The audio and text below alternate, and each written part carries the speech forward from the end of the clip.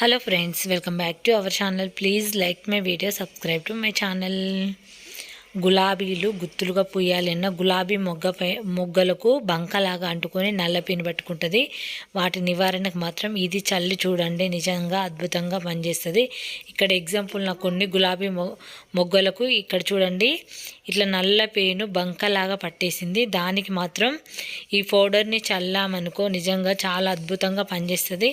ఇన్ని పువ్వులు కూడా అన్నీ కూడా పూయాలి మంచిగా ఫ్రెష్గా. అంటే చూసారు కదా ఇక్కడ చూడండి ఎలా పట్టేసిందో. ఈ నల్ల పెన్ అనేది మొత్తం ఇట్లా మొగ్గలకు పట్టేసినప్పుడు ఈ మొగ్గలు పూయకుండా అలాగే రాలిపోతూ ఉంటాయి. అలా రాలకుండా ఉండాలి.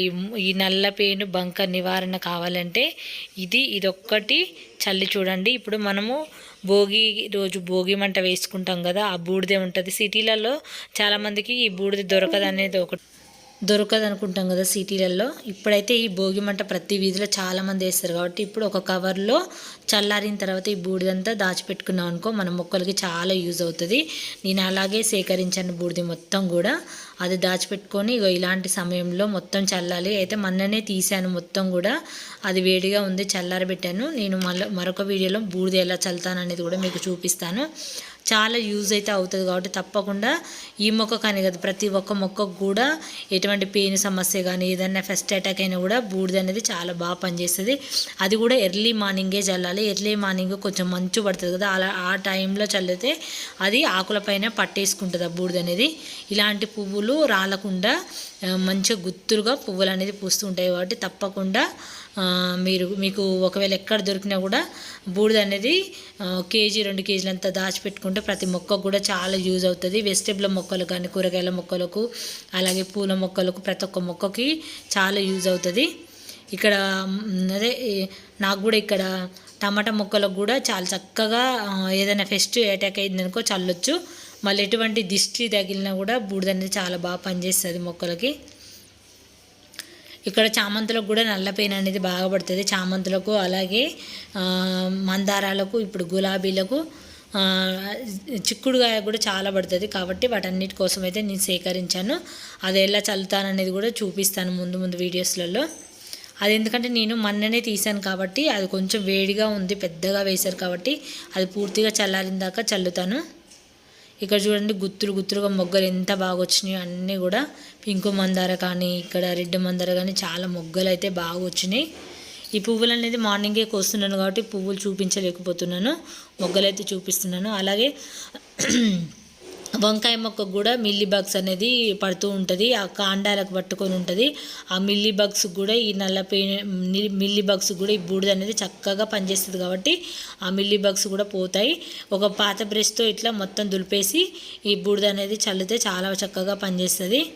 ప్రతి ఒక్క పూల మొక్కకు కానీ వెజిటేబుల్ మొక్కకు కానీ దేనికైనా చల్లడానికి చాలా యూజ్ అవుతుంది కాబట్టి మనం దొరికినప్పుడే అది సేకరించి పెట్టుకోవాలి. అలాగే చామంతులు కూడా ఎన్నో గుత్తులుగా పూసాయి. ఇక్కడ బీర మొక్క ఈ మధ్యనే బీరపాదు కాంపోస్ట్ బిన్లో పెట్టాను చూడండి ఇంతవరకు వచ్చింది. ఇంకా ఒక 1 వీక్ అయితే క్రాప్ కూడా స్టార్ట్ అవుతుంది.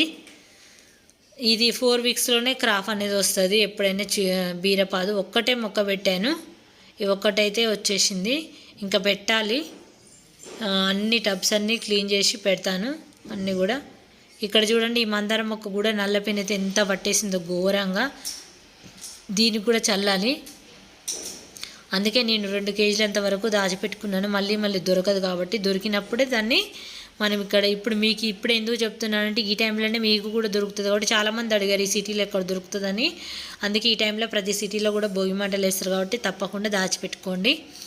ఇక్కడ చూడండి గుత్తులుగా చామంతులు. అయితే చామంతులు ఇంకా అయిపోయాయి, అంటే ఈ పూసిన వరకు మొత్తం కోసేసాను. ఇంకా మళ్ళీ మొగ్గలు అయితే ఉన్నాయి. ఆ మొగ్గలు పూసేంత వరకు పువ్వులు అయితే ఈ కొన్ని ఉన్నాయి. మన సంక్రాంతికి అయితే నేను బీవచ్చంగా వాడేసాను, పువ్వులు అయితే చాలా కోసేసాను. ఇంకా మొగ్గలు పూసినవి ఉన్నాయి. ఇగో ఇక్కడ గుత్తుల్లో కొన్ని గుత్తులు మాత్రం వదిలేసాను.